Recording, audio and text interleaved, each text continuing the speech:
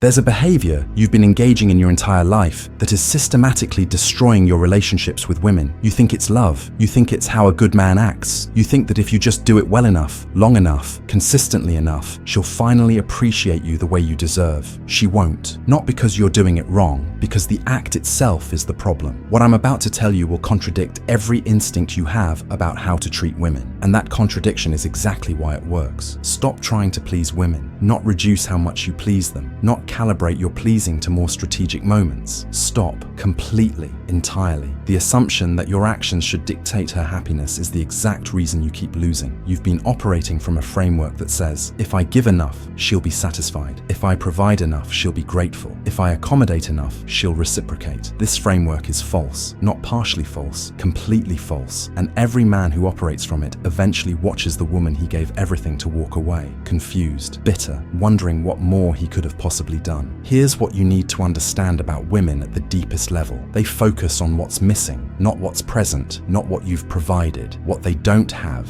what isn't there, what remains beyond their reach. You can give a woman a mansion and she'll notice the house down the street is bigger. You can give her financial security and she'll wonder what excitement feels like. You can give her every material possession she's ever mentioned wanting and she'll look at you one day and say those devastating words, "It's not enough, I want more." This isn't a flaw you can fix. This isn't dissatisfaction you can solve by trying harder. This is how women are wired. Their attention gravitates toward absence, toward lack, toward the gap between what they have and what they imagine they could have. And no amount of giving will ever close that gap, because the gap moves. The moment you fill one void, another appears. The moment you become what she said she wanted, she discovers she wants something else. You are chasing a horizon that recedes at exactly the speed you approach it. Consider the successful man. He builds an empire. He provides everything: security, luxury, status, comfort. His woman wants for nothing material, and yet she complains. He's always working. He's never present. He doesn't know how to have fun. She misses feeling alive, feeling spontaneous, feeling like they're living in the moment instead of building towards some future that never arrives. She looks at him with contempt disguised as disappointment and asks, "Does it always have to be about money? Is that all you care about?" Now consider the opposite. The man with nothing. He lives in the moment because he has no future to build toward. He's fun. He's present. He makes her feel things the successful man is too busy to generate. She laughs with him. She feels alive with him. And yet she complains. When is he going to grow up? Where is this going? She wants stability. She wants a man with a plan. She wants to know that the person she's with can provide something more than good feelings and empty pockets. Do you see the pattern? The rich man's woman wishes he was fun. The fun man's woman wishes he was rich. The assertive man's woman wishes he was softer. The soft man's woman wishes he was assertive. The attentive man's woman wishes he'd give her space. The distant man's woman wishes he'd pay more attention. No matter what you are, no matter what you provide, no matter how completely you embody what she claimed to want, her focus will shift to what's missing, to what you're not, to what you failed to provide despite providing everything else. This is not a problem you can solve. This is a reality you must accept. A woman cannot be pleased, not because she's broken, not because you haven't found the right one, because satisfaction contradicts her nature. Her psychology is designed to want more. Her biology is designed to optimize, to seek better, to never settle into contentment. Contentment is death to the hypergamous instinct. The moment she feels satisfied is the moment she stops pushing for improvement, and her genetics cannot allow that, so she is perpetually unsatisfied, perpetually focused on the gap, perpetually asking for more,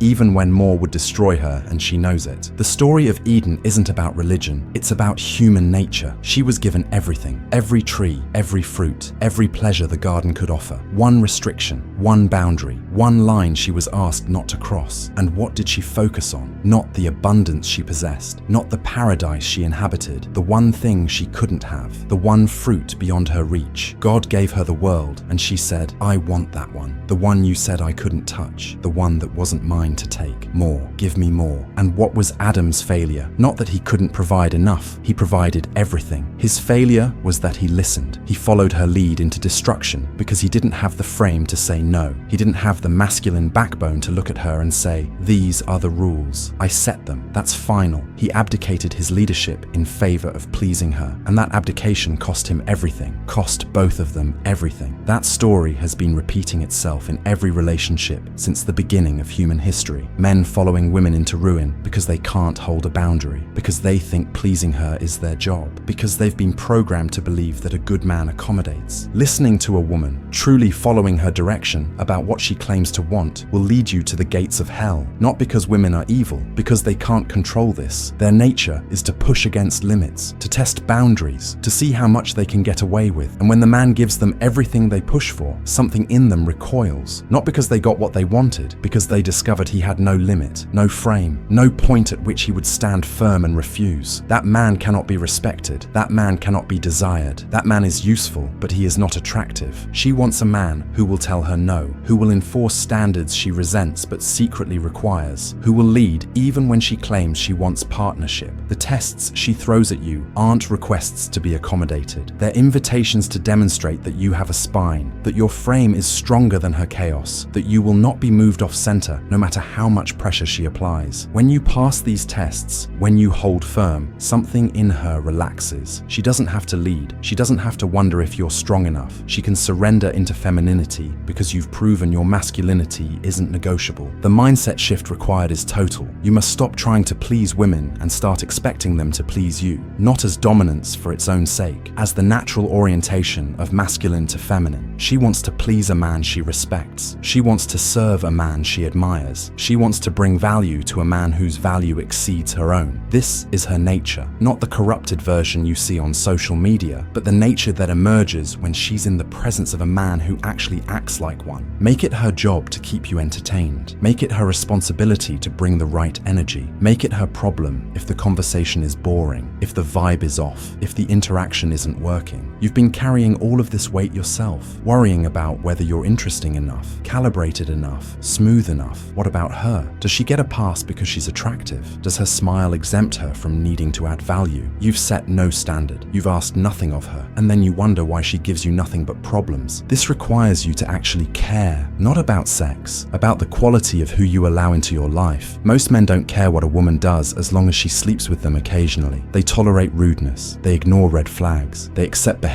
they would never accept from another man. And in that tolerance, they announce their own worthlessness. A man with standards is a man who walks away when those standards aren't met. A man without standards is a man who will accept anything. And women have no respect for men who accept anything. Stop rewarding what you claim you don't want. Every like on a provocative photo is a vote for more provocative photos. Every accommodation of bad behavior is permission for worse behavior. Every time you let something slide that should have been addressed, you weaken the frame that would have made you attractive. Men built this world. Men built the systems and structures and civilizations that women now navigate. And men have abandoned the standards that would have kept those systems healthy. Women follow masculine leadership, but when masculine leadership disappears, they lead themselves into chaos and then blame men for not stopping them. The backbone of masculinity isn't your bank account. It's not your physique. It's not your status or your accomplishments or your follower count. It's your frame, your willingness to hold standards that others fold on, your ability to say no and mean it, your refusal to pursue her happiness at the expense of your dignity. A man with $5 and unshakable frame is more attractive than a millionaire who bends every time she pushes, because attraction isn't about what you have. It's about who you are when pressure is applied. You cannot please a woman. The faster you accept this, the faster you can stop trying. The faster you stop trying, the faster you can redirect that energy towards something productive, toward building your mission, toward enforcing your standards, toward becoming someone whose frame is so solid that she would rather please you than lose access to what you represent. That's the reversal. That's the mindset shift. You stop chasing her satisfaction and start expecting her contribution. You stop worrying about her happiness and start demanding her respect. Women are not broken. They're operating exactly as designed. The question is whether you'll keep feeding a system that was designed to be insatiable, or whether you'll finally accept that the game was never about making her happy. It was about becoming someone whose happiness she wants to serve. The man who understands this doesn't chase, doesn't accommodate, doesn't ask what he can do to make her stay. He simply exists as a standard she either rises to meet or falls away from. And in that frame, in that unshakable orientation toward his own value, he becomes exactly what she was looking for all along. Not the man who gave her everything she asked for, the man who made her work for the privilege of being in his life.